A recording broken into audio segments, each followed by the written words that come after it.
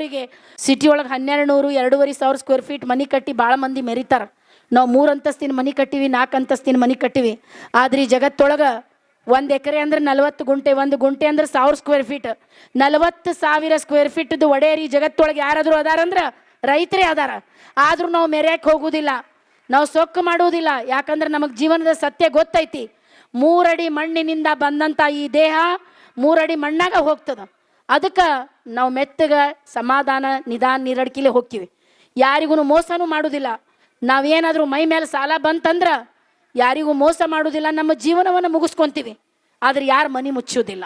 ಅದಕ್ಕೋಸ್ಕರ ಅಂಥ ರೈತರಿಗೆ ನಾನು ನಿಜವಾಗ್ಲೂ ಹಣೆ ಮಾಡಿದು ನಮಸ್ಕಾರ ಮಾಡ್ಲಿಕ್ಕೆ ಇಷ್ಟಪಡ್ತೀನಿ. ಆಮೇಲೆ ಇದರ ಜೊತೆ ನಾನು ಇನ್ನೊಂದು ಮಾತು ನಮ್ಮ ರೈತರಿಗೆ ಹೇಳೋದು, ಯಾರಾದರೂ ಬಂದು ನಿಮ್ಮ ಕೈ ಹಿಡ್ಕೊತಾರ, ಯಾರಾದರೂ ನಮಗೆ ಎತ್ತಾರಂತ ದಾರಿ ಕಾಯಕ್ಕೆ ಹೋಗಬೇಡ್ರಿ. ಯಾಕಂತ ಕೇಳ್ರಿ, ನಿಮಗೆ ಹಿಡ್ಕೊಳ್ಳೋ ಕೈ ಟೆಂಪ್ರರಿ ಕೈ ಅದು.